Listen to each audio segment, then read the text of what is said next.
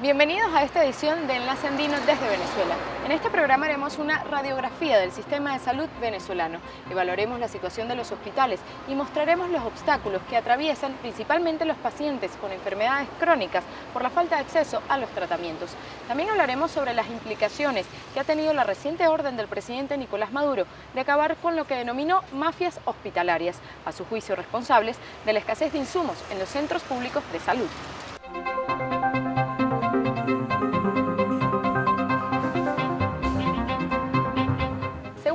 Informe de la Encuesta Nacional de Hospitales, actualmente en Venezuela el desabastecimiento de insumos médicos ronda el 70%.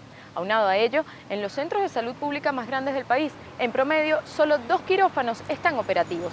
Además, las infraestructuras están deterioradas, ascensores dañados, faltan camillas y la mayoría de los equipos básicos de atención también fallan. El vicepresidente de la Academia Nacional de Medicina considera que el sistema hospitalario colapsó. El déficit de camas ronda el 50%, pero en algunos hospitales como el JM de Los Ríos, el principal de atención de niños del país, alcanza el 75%. Denuncia además que 80% de los tomógrafos y resonadores en Venezuela no funcionan. En Venezuela el 60% de los hospitales tienen déficit de medicamentos de todo tipo, pero cuando hablamos de fases agudas como un infarto, como una angina de pecho, la diabetes, el paciente que va al hospital no consigue esos medicamentos y termina engrosando una larga lista de espera o en el peor de los casos muerte por una patología que puede ser prevenible y tratable. Las fallas en los servicios públicos agravan aún más la situación. 60% de los hospitales no tiene agua de manera continua y en el año 2021 se registraron 141 fallecimientos de pacientes atribuidos a los cortes de energía eléctrica, según la Encuesta Nacional de Hospitales divulgada por asociaciones vinculadas al gremio médico. Los pacientes no solo sufren por la precariedad y el deterioro de los hospitales, tampoco tienen la atención médica oportuna y necesaria. Es el caso de los pacientes renales, cuya esperanza de vida se vio reducida luego de que hace 5 años el gobierno suspendiera el programa de procura de órganos para trasplantes en el país, por no poder garantizar, entre otras cosas, los inmunosupresores. El pasado noviembre, Nicolás Maduro anunció la reactivación de los trasplantes. Sin embargo, en la práctica, esto no se ha regularizado. Yoelis Céspedes tiene 32 años y desde hace 10 está a la espera de un trasplante de riñón, un proceso de diálisis que le ha dejado múltiples cicatrices en su cuerpo. Soy una joven de 32 años, casi 33, y me siento una viejita de 80. Para caminar, la movilidad, me duele mucho las rodillas, las caderas. Este tratamiento, así como me ayuda, también deteriora mi cuerpo. Y solamente nos queda depender de la máquina y ver cómo mueren mis compañeros, los niños. De verdad que es horrible. Yoelis vio morir a su hermano mientras esperaba un trasplante. El pasado 8 de febrero, su hijo Ángel, de 15 años, también falleció.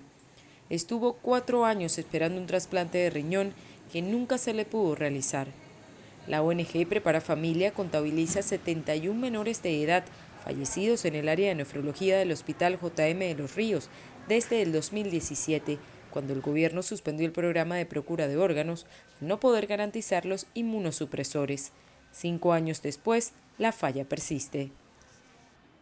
La situación también es crítica para los pacientes oncológicos, cuya vida está en riesgo por la falta de acceso a sus tratamientos.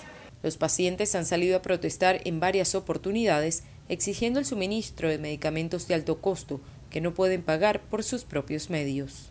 La situación en los últimos años ha empeorado muchísimo. Las pacientes desesperadas muriendo en su casa a punta de guarapo es increíble. Un cáncer que de repente era diagnosticado grado 2, pues hace metástasis rápidamente porque no hay posibilidades de nada. Hay muy pocos hospitales ahorita, es que están nuevamente como abriendo citas porque con el tema del COVID tampoco había esa opción, entonces eso ha empeorado pero muchísimo toda la situación de los pacientes con cáncer en Venezuela. Son muchos los médicos venezolanos que trabajan en la administración pública, dedicados a dar atención con los pocos insumos con los que cuentan, o suelen solicitar a los familiares lo necesario para atender a los pacientes. A mediados de abril, el gobierno de Nicolás Maduro inició una persecución contra los trabajadores de la salud por solicitar material médico quirúrgico para atender a los enfermos. Los denominó mafias hospitalarias. Desde entonces, la Federación Médica Venezolana ha contabilizado al menos 40 médicos detenidos, una acción que califica como injustificada contra un personal que labora sin insumos y que gana un salario menor a $100 mensuales.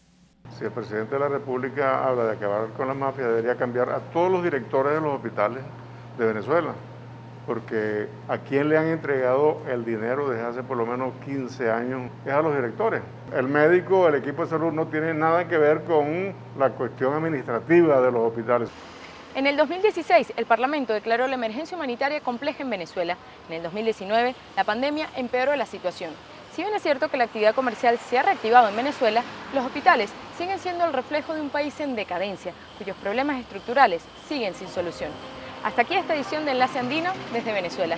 Recuerden que pueden sintonizarnos a través de www.france24.com.